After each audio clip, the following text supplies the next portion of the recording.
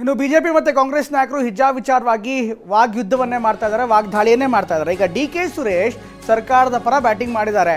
ಕಾಂಗ್ರೆಸ್ನ ಸಂಸದ D K Suresh ಹೇಳ್ತಾ ಇದ್ದಾರೆ, ಮೊದಲಿಂದಲೂ ಕೂಡ ಈ ಒಂದು ಹಿಜಾಬ್ ಇದೆ, ಅವರವರ ಉಡುಪು ರಕ್ಷಣೆ ಮಾಡ್ಕೊಳ್ಳೋದು ಅವರ ಹಕ್ಕು. ಹೀಗಾಗಿ ಬೆಂಗಳೂರಿನಲ್ಲಿ ಕಾಂಗ್ರೆಸ್ ಸಂಸದ ಡಿ ಕೆ ಸುರೇಶ್ ಮಾತಾಡ್ತಾ ಸರ್ಕಾರದ ನಿಲುವನ್ನು ಬೆಂಬಲ ವ್ಯಕ್ತಪಡಿಸಿದ್ದಾರೆ. ಅವರವರ ಉಡುಪು ರಕ್ಷಣೆ ಮಾಡ್ಕೊಳ್ಳೋದು ಅವರ ಹಕ್ಕು, ಹೀಗಾಗಿ ಸರ್ಕಾರ ಅವರ ಪರವಾಗಿದೆ ಅನ್ನುವಂಥ ಮಾತನ್ನು ಹೇಳ್ತಿದ್ದಾರೆ. ಸಿಎಂ ಸಿದ್ದರಾಮಯ್ಯ ಅವರು ಹಕ್ಕುಗಳಿಗೆ ಸ್ಪಂದಿಸ್ತಾ ಇದ್ದಾರೆ ಅಂತ ಹೇಳಿದ್ದಾರೆ. ವಾಪಸ್ ಪಡಿತೀವಿ ಸರ್ಕಾರ ಅಂತ ಒಂದ್ಸರಿ ಸುಪ್ರೀಂ ಕೋರ್ಟ್ ಅಲ್ಲಿ ಇದೆ ವಿವಾದ. ಆಕ್ಚುಲಿ ಆದ್ರೆ ಸರ್ಕಾರ ಈ ತೀರ್ಮಾನಕ್ಕೆ ಬಂದಿದೆ. ಇದು ಪೊಲಿಟಿಕಲಿ ಒಂದಷ್ಟು ಆರೋಪ ಪ್ರತ್ಯಾರೋಪಗಳಿಗೆ ಕೂಡ ಕಾರಣ ಆಗಿದೆ. ಹಿಜಾಬ್ ಮೊದಲಿಂದನೂ ನಡ್ಕೊಂಡ್ ಬಂದಂಥದ್ದು. ಸುಪ್ರೀಂ ಕೋರ್ಟ್ 3 ಬೆಂಚ್ ಸದಸ್ಯತ್ವ ಏನೋ ವಿಚಾರಣೆ ನಡೆಸ್ತಾ ಇದೆ.